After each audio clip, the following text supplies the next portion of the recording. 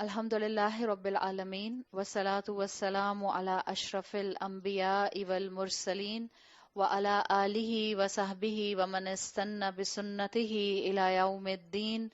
اللہم جعلنا منہم ومن الذین آمنوا وعملوا الصالحات وتواصوا بالحق وتواصوا بالصبر آمین یا رب العالمین ثم اما بعد فاعوذ باللہ من الشیطان الرجیم بسم اللہ الرحمن الرحیم رب اشرح لی صدری ویسر لی امری واحلل عقدۃ من لسانی یفقہوا قولی اللہم ثبتنا عند الموت بلا الہ الا اللہ۔ اے ہمارے اللہ، ہمیں ہماری موت پر کلمہ لا الہ الا اللہ پر ثابت قدم رکھیے، آمین یا رب العالمین۔ سورۃ الرحمن آیت نمبر 15 پر ہم بات کر رہے ہیں، جس میں جنوں کی تخلیق کا ذکر کیا گیا کہ جنوں کو اللہ تعالیٰ نے کس کمپوننٹ سے بنایا۔ وَخَلَقَ الْجَانَّ مِن مَّارِجٍ مِّن نَّارٍ، اور ہم نے جنوں کو پیدا کیا آگ کے فلیم کی بھی ٹپ سے۔ ہم نے جنات پر کافی بات کی اور کل آپ کو کچھ چیزیں جو تھیں وہ اس حقیقت کے بارے میں بتائی تھیں۔ ہم مینلی جس پوائنٹ پر بات کر رہے تھے وہ یہ تھی کہ جنات کیونکہ کوئی فزیکل فارم پراپر نہیں رکھتے، جنات کیونکہ انسانوں کو اس 3 ڈائمینشنل ورلڈ میں نظر نہیں آ سکتے، اور جنات جن کے بارے میں ہمیشہ سے مختلف کلچرز میں مختلف فولکلورز رہے ہیں، جنہوں نے جنات سے لوگ اکثر و بیشتر ڈرے ہیں، تو اسی وجہ سے out of jealousy, out of rage, کیونکہ سب ابلیس کے ساتھ ہی کنیکٹڈ ہیں، جنات ہمیشہ سے انسانوں کو ڈرانے کی کوشش کرتے رہے، اور اگر انہوں نے کبھی اپنے آپ کو انسانی دنیا میں ریویل کیا ہے تو انسانوں کو ڈرانے کے فارمیٹ سے زیادہ ریویل کیا ہے۔ کل ہم نے یہ بات کی تھی کہ میں نے شاید آپ کو یہ پوائنٹ نہیں بتایا تھا کہ جنات زیادہ تر انسانوں کو جو ڈراتے ہیں، ابھی میں نے کہا نا کہ وہ اپنے آپ کو ریویل کرتے ہیں اور انسانوں کو ڈراتے ہیں، زیادہ تر یاد رکھیے most of the time generally شیطان جن جو ہوتے ہیں وہ ہم انسانوں کو ریئل لائف میں آ کر کوئی خوفناک شکل میں سامنے آ کر ایک دم سے نہیں ڈراتے۔ مثال کے طور پہ آپ برابر والی کرسی پہ دیکھیں تو آپ برابر والی کرسی پہ دیکھیں تو اس کے بعد آپ کی چیخ نکل جائے، ایسا جنرلی نہیں ہوگا۔ الحمدللہ آپ کے برابر میں آپ کی بہن کوئی بیٹھی ہوں گی، پیاری سی خوبصورت سی۔ ایسا نہیں ہوتا کہ جنات ہماری عام زندگی میں ہمیں آ کر ڈراتے ہیں۔ جنات کیسے انسانوں کو ڈراتے ہیں اور کس طرح سے وہ فارم اڈاپٹ کرتے ہیں جس سے کوئی مومن ڈر جاتا ہے، اسکالرز کے مطابق انسان کے خواب میں آ کر اس کو زیادہ ڈراتے ہیں۔ آپ دیکھیں اکثر ایسا ہوتا ہے، بچے ہوں، بڑے ہوں، ایڈلٹس ہوں یا بزرگ ہوں، آپ دیکھیں آپ نے بھی کئی دفعہ محسوس کیا ہوگا کہ ڈر کر آپ کی آنکھ کھلتی ہے ایک دم سے۔ تو شیطان زیادہ تر مومنین کو خاص طور پر جو ڈرانے کا فیکٹر اڈاپٹ کرتے ہیں وہ ان کے ڈریمز کے اندر ان کو ڈرانے کا فیکٹر اڈاپٹ کرتے ہیں۔ پھر آپ کو میں نے کل یہ بات بتائی تھی کہ جنات مردوں کی شکل میں آ جاتے ہیں، یعنی وہ لوگ جو ڈیسیزڈ ہیں، جن کا انتقال ہو چکا ہے، ان کی شکل میں آتے ہیں۔ یہ مردے کی شکل میں کسی کا نظر آنا، جیسے آپ کو ڈریمز میں بھی جو نظر آتے ہیں، اس میں بھی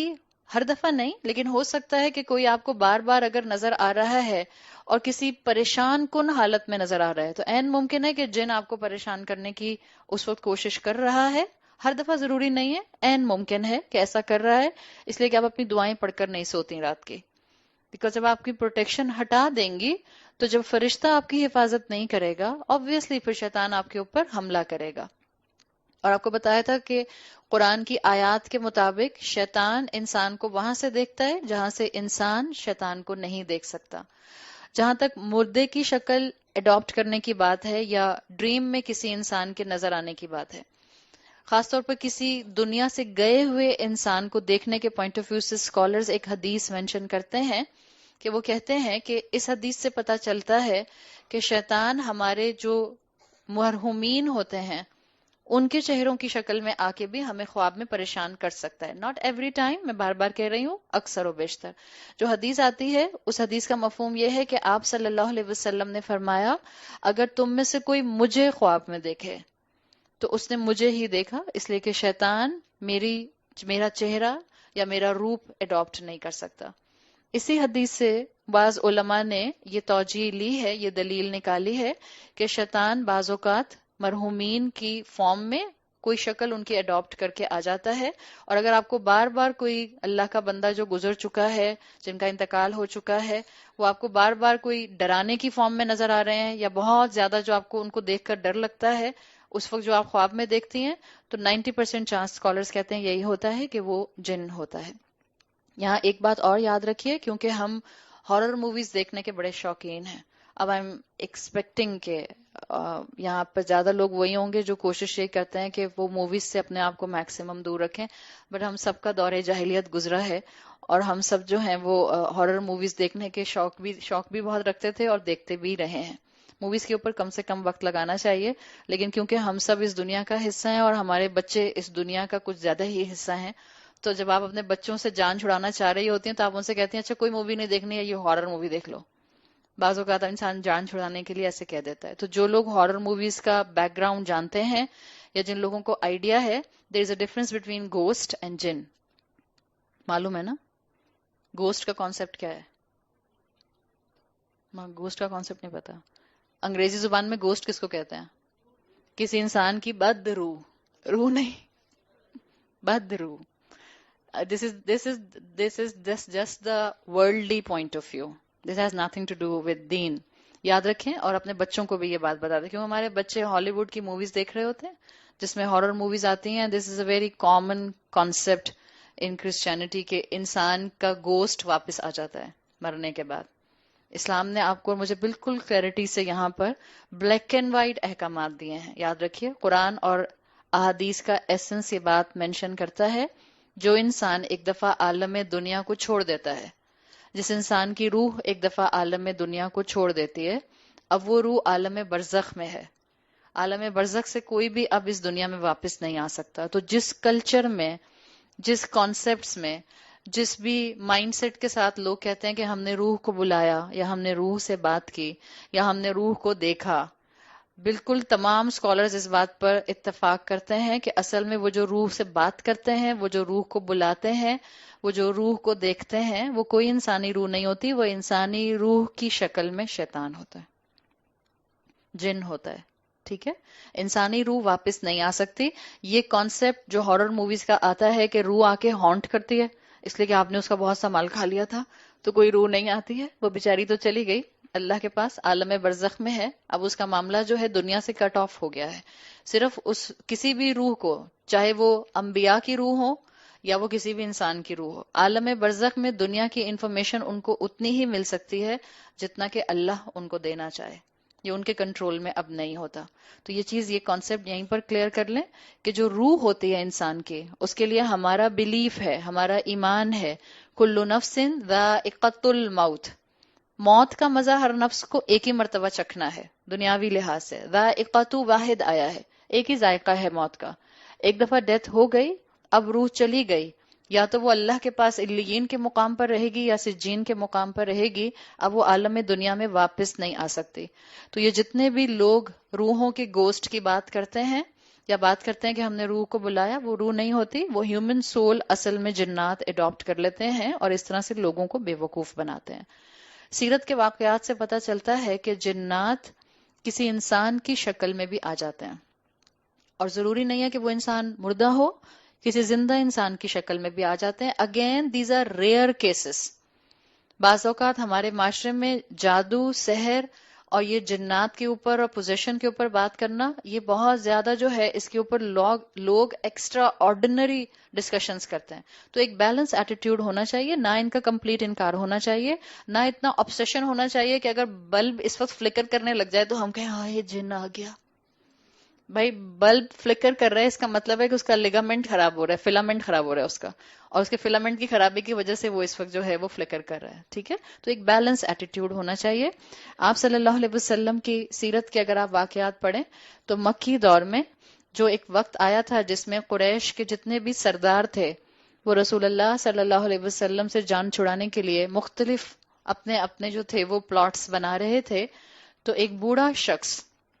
جس کو ابو جہل اور باقی قریش کے سردار نجف کے علاقے میں جانتے تھے کہ وہ نجف کے علاقے میں رہتا ہے،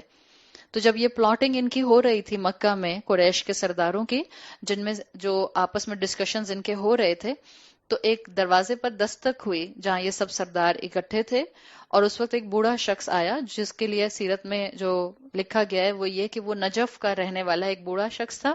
وہ اندر آیا اور اس نے ان لوگوں کو مشورہ دیا کہ تم لوگ کیوں ایک ایک انسان کو اڈاپٹ کر رہے ہو کہ ایک انسان جا کر محمد کو نعوذ باللہ قتل کرے۔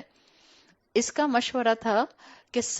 ہر قبیلے کا ایک شخص مل کر ایک گروپ بنا کر ایک ساتھ محمد پر صلی اللہ علیہ وسلم پر نعوذ باللہ حملہ کرے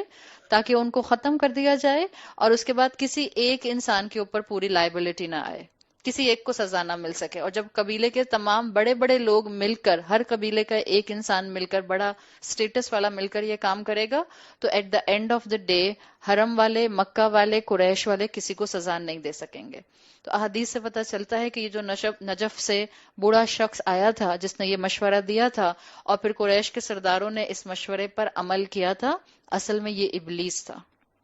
جو انسانی شکل میں آیا تھا۔ تو ایک واقعہ آپ کو یہ ملتا ہے۔ اسی طرح ایک اور واقعہ ملتا ہے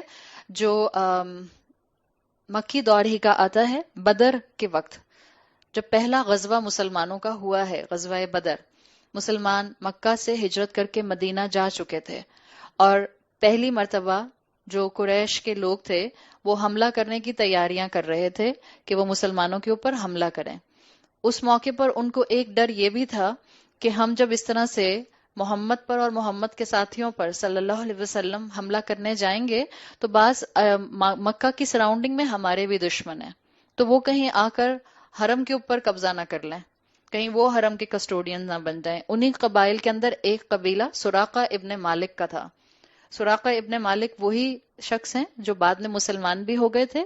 سراقہ ابن مالک وہی ہیں جنہوں نے اپنے دور جاہلیت میں رسول اللہ صلی اللہ علیہ وسلم پر ایک مرتبہ حملہ کرنے کی کوشش کی تھی اپنے گھوڑے پر بیٹھ کر۔ تو اپنے گھوڑے کو اللہ کے رسول کی ڈائریکشن میں بھگانے کی جب کوشش کی تو گھوڑا جو تھا وہ تین مرتبہ ایسا ہوا، تینوں مرتبہ گھوڑے نے ان کو نیچے گرا دیا اور یہ اللہ کے رسول کے اوپر کوئی حملہ نہیں کر سکے۔ سراقہ ابن مالک وہی شخص ہیں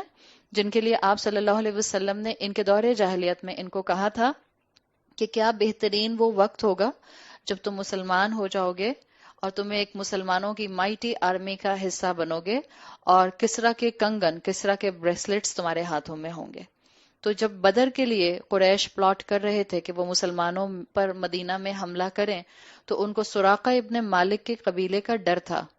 کہ کہیں سراقہ پیچھے سے آ کر حرم کے اوپر جو ہے وہ قبضہ نہ کر لیں۔ اسی موقع پر سراقہ ابن مالک کی شکل میں ابلیس ابو جہل کے پاس آیا، اور اس نے آ کر ابلیس کو تو نہیں معلوم، ابو جہل کو تو نہیں معلوم تھا نا کہ یہ سراقہ اصلی والے نہیں ہیں،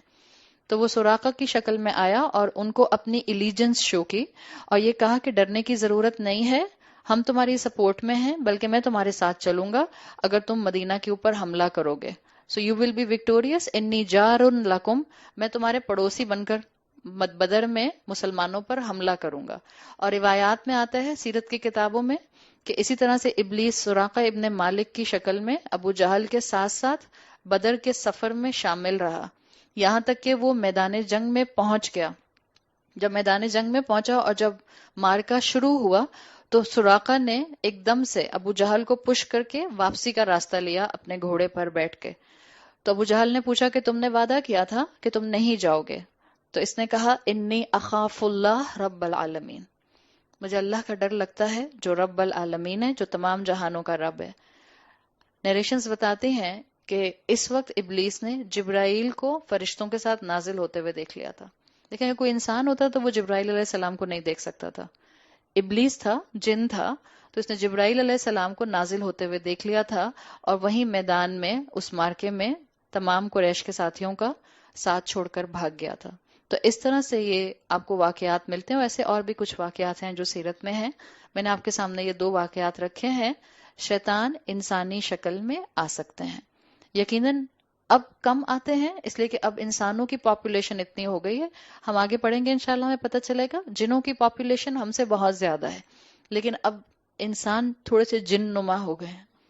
اور انسان پاپولیشن میں بھی الحمدللہ بہت زیادہ ہو گئے، تو اب آپ کو اتنی آسانی سے جنات نہیں ملتے ہیں، اس لیے کہ جنات کی جو رہائش ہوتی ہے، جو ریزیڈنس ہوتی ہے، وہ سرٹن ٹائپ ان کو چاہیے ہوتی ہے، وہ ریکوائرمنٹ پورا ہوتا ہے تو پھر زیادہ تر وہ ان جگہوں پر رہتے ہیں۔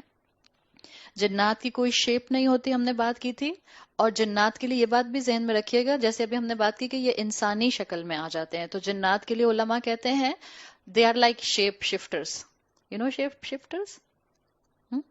نہیں، چھوڑ دیں۔